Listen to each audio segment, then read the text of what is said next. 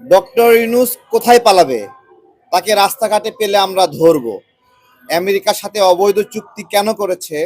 দেশের এত বড় ক্ষতি কেন করলো? সে তো কোনো নির্বাচিত সরকার না, তাকে তো এই কাম দেওয়া হয় নাই। আসলো, এসে দীর্ঘদিন অনির্বাচিতভাবে থাকলো, এরপরে যাওয়ার ঠিক 3 দিন আগে আমেরিকার সাথে চুক্তি করলো। এই যে যাওয়ার আগ মুহূর্তে আমেরিকার সাথে চুক্তি করলো, তার মানে কি সে কি এটা করার জন্যই আসছিল? আমরা পথে ঘাটে মিছিল প্রোগ্রাম সবকিছুর মাধ্যমে প্রতিবাদ জানাইছিলাম। মবের কালচার ডেভেলপ করছে না, আমরা তো তাকে রাস্তাঘাটে জিজ্ঞাসা করবো পেলে, এবং সে পালাতে পারবে না। আমরা তাকে ছাড়ছি না এত সহজে।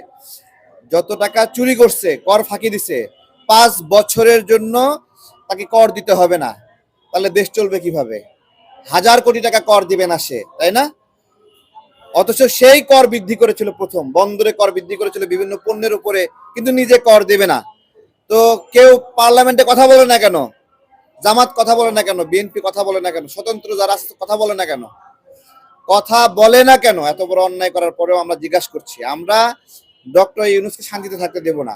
এই কর বাতিল করতে হবে। আরে ভাই, যেই অবৈধ চুক্তি করছে, বাংলাদেশের তো এতে ক্ষতি, তাই না? বাংলাদেশ অন্য কোনো দেশের সাথে ব্যবসা বাণিজ্য করতে হলে আমেরিকার অনুমতি লাগবে। তাহলে তো একটা আমেরিকার একটা প্রভিন্স হয়ে গেছে। তাহলে আমরা মানুষ হিসেবে আমেরিকার প্রভিন্স হলে ভালোই হইতো, যে আমেরিকার সুযোগ সুবিধা পাইতাম। তা তো না, এটা তো একটা গোলাম করে রাখার একটা প্রক্রিয়া, দাস করে দাস করে রাখার প্রক্রিয়া।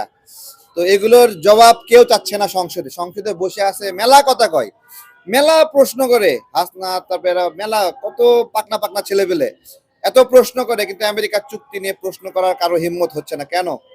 জিজ্ঞাসা করছি আমরা। তারা প্রশ্ন করুক না করুক, ডক্টর ইউনূসকে রাস্তাঘাটে পেলে আমরা সবাই মিলে দলবদ্ধভাবে ধরবো। আমরা ধরে জিজ্ঞাসা করবো, আমাদের জবাব প্রয়োজন, কেন এটা করছে।